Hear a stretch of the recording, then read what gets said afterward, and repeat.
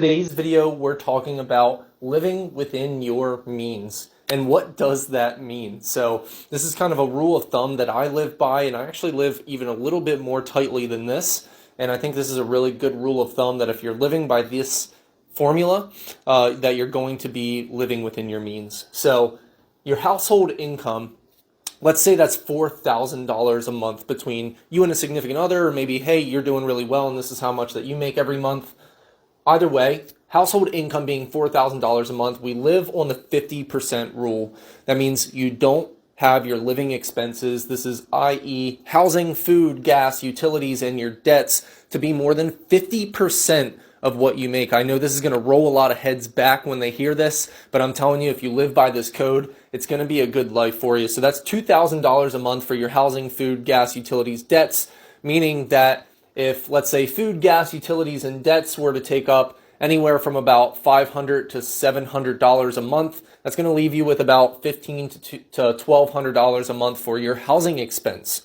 So, if that's the case, then this gives you 20% to put towards savings. I know this is quite aggressive for a lot of people, but I promise you, if you're putting back 20% in your savings, very quickly you're going to find yourself in an incredibly good spot in life to be able to do a lot more things that you want to. So this is going to be $800 a month. This is going to be your rainy day fund, okay? So this is if things go bad, if you own your own home, if you need to put a new roof on, that kind of thing. If you don't own your own home and you're renting, this is going to be things like your car going down, needing to buy a new one, getting a large repair, a transmission goes out, something like that, or some other big thing happens that you need to take care of, like you drop your new iPhone and it's $1,000 to buy a new one. Then we go down to investments. You should be investing 15% of your income, guys. 15%. This is $600 a month if you're making $4,000 a month.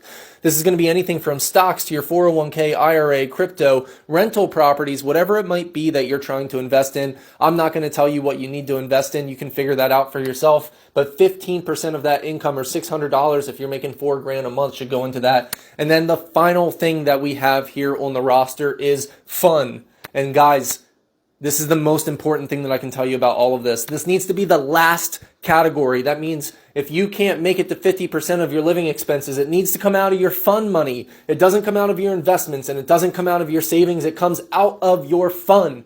I promise you, you do not have to have fun every day, every week, or even every month to live a good life. You can find fun in a lot of ways that are absolutely free, like going on hikes and enjoying the outside. So, that is being said, fun, what are we consisting of? The bar, vacations, hobbies, travel, eating out.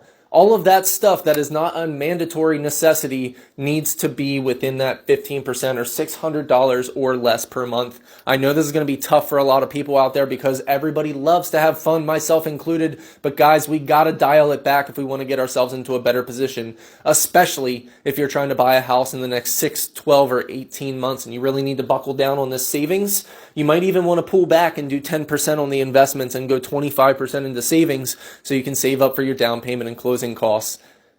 Remember, guys, the key to this is live within your means, and we really need to redefine what that means. So please, please, please keep it to the 50% rule, put 20% into savings, start investing 15% of your income, and then go ahead and have fun with the rest. All right, guys, I'll see you on the next one.